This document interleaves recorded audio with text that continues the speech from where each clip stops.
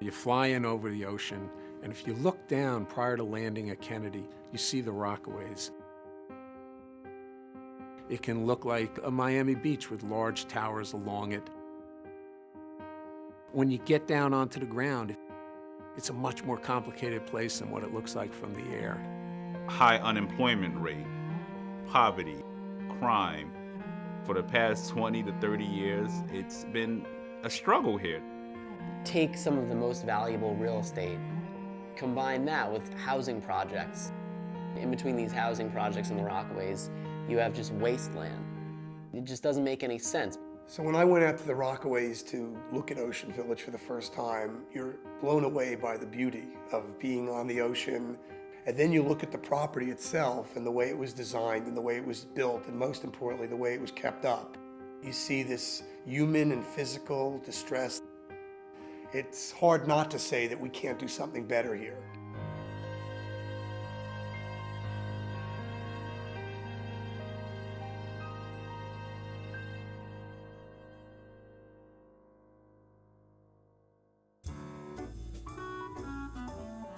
Rockaway is kind of a unique place. It had its heyday almost 100 years ago. Beautiful beach. There were bungalow colonies. People summered here, sometimes from the Bronx and the Lower East Side. This would be their great vacation, yet it was also a place where some of the rich and famous would come. There were some grand hotels built. So Rockaway drew a mix of people, both on the bay and the ocean side. Robert Moses was the New York City chief planner for 40 years or so. It was his idea to concentrate poverty in areas of the city where it wouldn't be as visible. Robert Moses saw the Rockaways as a place that he should clear and execute his slum rebuilding project. I think a decision was made driven by both economics and politics to build out on the periphery of the city, not just in the Rockaways, but also in Coney Island and further up into the Bronx. Mitchell-Lama is an affordable housing program created in the mid-50s to sort of make sure that we could have middle-income housing, affordable housing in New York City. It was a large program over a long period of time. Several 100,000 units overall were built. Co-op City, 15,374 units, is a Mitchell-Lama project. There are all these developments that go up, 20-story, 30-story buildings, so that it just goes up and simple and you get the biggest bang for the buck. Sometimes you put people in certain areas because you have land that's available. You make a decision about blight and it sort of kind of accelerates from there. Dotted throughout Manhattan and out in the Rockaways and Coney Island and further up into the Bronx, you'll find Mitchell-Lama projects similar to Ocean Village. So Ocean Village is built almost 40 years ago. I don't think the original developer were real estate people. The way that this building was designed was basically set up to fail. The buildings were built in modules. The facade is these concrete precast panels. All put together like Legos. Its biggest fault was you have to caulk all the joints where all the pieces meet, and you're relying on the caulk joint to hold out the weather. Once they fail, it's impossible to find out where the leak is, and that's what was happening at Ocean Village.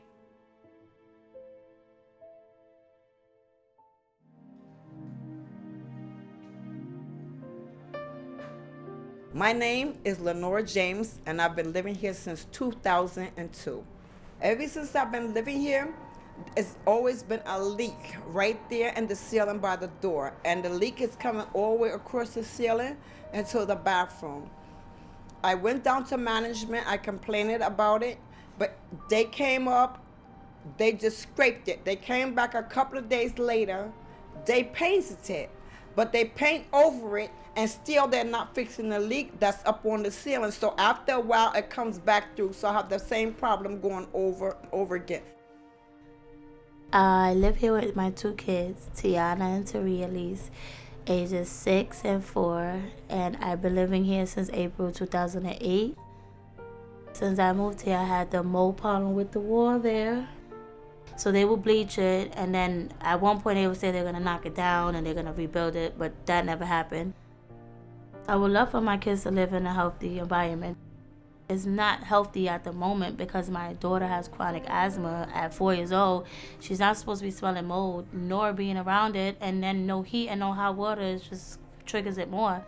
What happened was a spiraling cycle of apartments being vacated, no capital to fix them up. They stayed vacant, and they just kept accumulating more and more vacancies, which led to less and less capital, and they were operating underwater. So you had roofs that leaked, but they couldn't fix the roof. Elevators that were constantly going out. A mold that they couldn't even remediate. The sidewalks in the complex were just an enormous safety hazard, but they couldn't fix anything. I am so tired of complaining to maintenance. Anything had to be fixed, I try and fix it myself. But it shouldn't be like that. We are paying rent for what?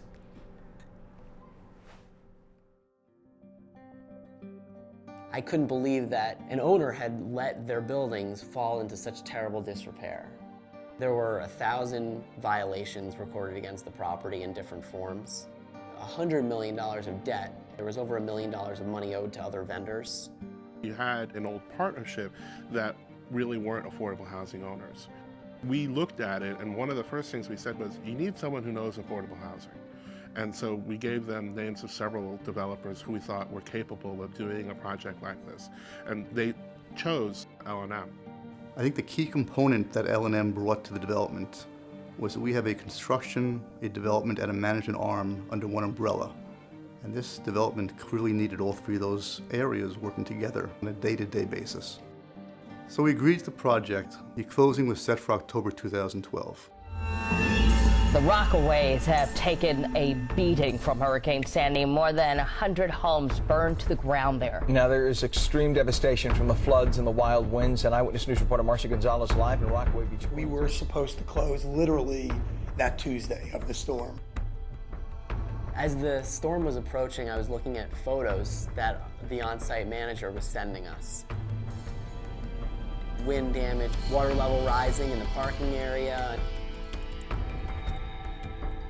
I knew that the bay and the ocean had met at Rockaway, and I knew what that meant for Ocean Village. Buildings 1 and 2, the two high-rises, have all their electrical equipment in the basement, and they were under 51 inches of water. So they were totally destroyed. The whole Rockaway was underwater. We'd have power in here in about 2 weeks. So this is the most difficult position I would say we've ever been in. We have approximately 700 tenants living in this complex with no electricity, numerous apartments that were submerged underwater. They were just totally ruined. I remember gathering up everyone who was able to make it out here, and I said, for those of you who thought this ship hit rock bottom, this is officially rock bottom. This is as bad as it can be.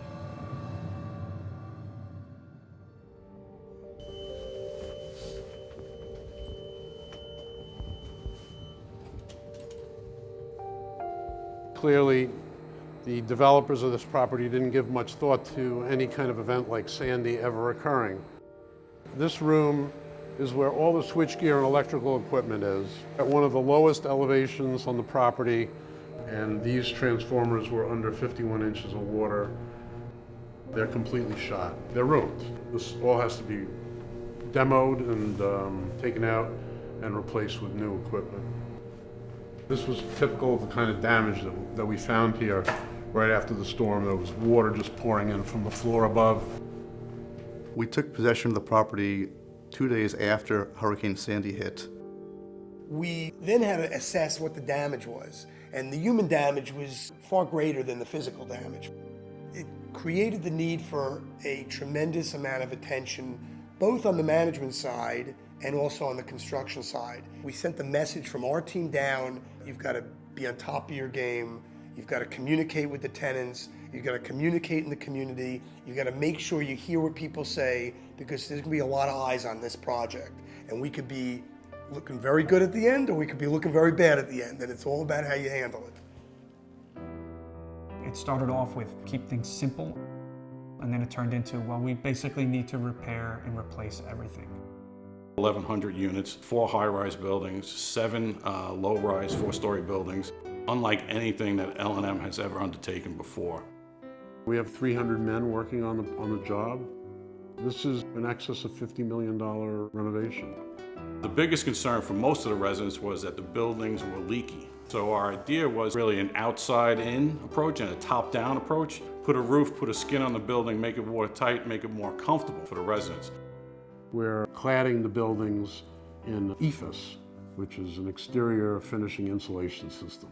First, you get the yellow application, which is the waterproofing.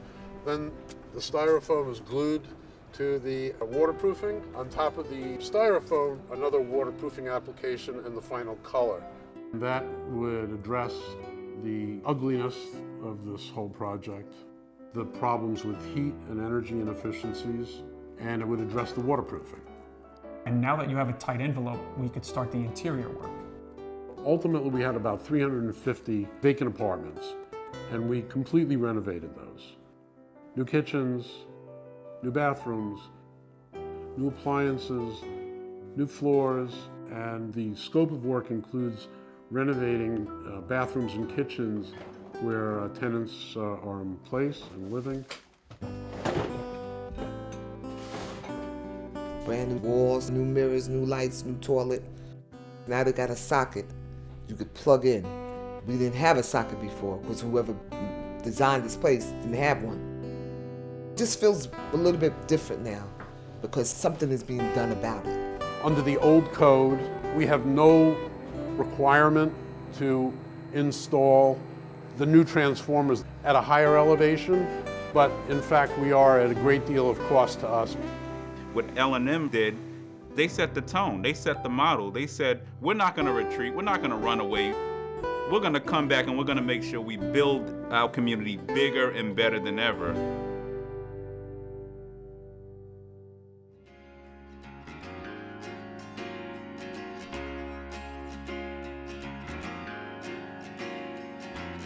Walking through the common areas, you have a sense of rebirth of the entire development inside and out. It's better looking than what it was. It's a lot more open space and a lot more things to do rather than what it was before. We added in some playground spaces, some seating areas for people, basketball court. We then wanted to make sure that the area was safe and secure, and we created a perimeter fence and we installed a state-of-the-art security system. It's a better place. It's a better place, much better place. You can feel the difference between the energy and the vibe. It feels like a community. A lot of people now, they want to come to live here. We started off with about 350 vacancies. We are now 100% occupied. I actually moved into Ocean Village in April because I saw all the changes that were occurring, the renovations and even the new management. When I saw the new appliances, new bathroom, new everything, I just loved it. It felt like home. They have better colors and new doors and mirrors and stuff. It's amazing how you can change one place in such little time. Now you can actually bring your company over to a safer environment. We worked very, very hard this process, and at the end of the day, it really deserved a new name. Ocean Village became Arbor and View. There's new energy here, there's new people involved, and it's still in this beautiful location. It looks out on the Atlantic Ocean, the amazing Atlantic. It's truly a testament of what can happen when you have some great people, great partners, you have a great community, a community willing to move forward even after devastation. The entire industry has raised the bar of affordable housing in the last couple of decades. You can see here what is in fact achievable. I think that this property is going to transform the Rockaways, if it hasn't already.